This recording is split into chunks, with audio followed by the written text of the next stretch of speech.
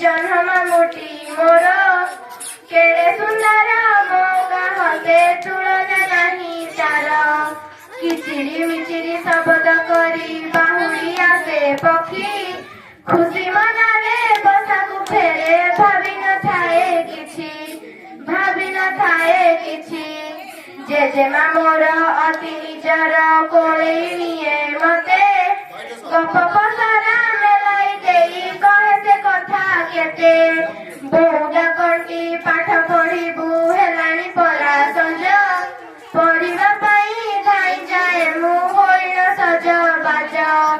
ଗାଁରେ ସଞ୍ଜ ନାଇଁ ଆସିଲେ କେଡ଼େ ସୁନ୍ଦର ଦିଶେ ସୁନ୍ଦରତାରେ ଉପମା ନାହିଁ ଚଉଦିକଟି ବାସେ। ଈଶ୍ୱର ପରା ସବୁଠୁ ବଡ଼ ତାଙ୍କରି ଅବଦାନ। ହେ ଈଶ୍ୱର ବିଶ୍ୱ ନିୟନ୍ତା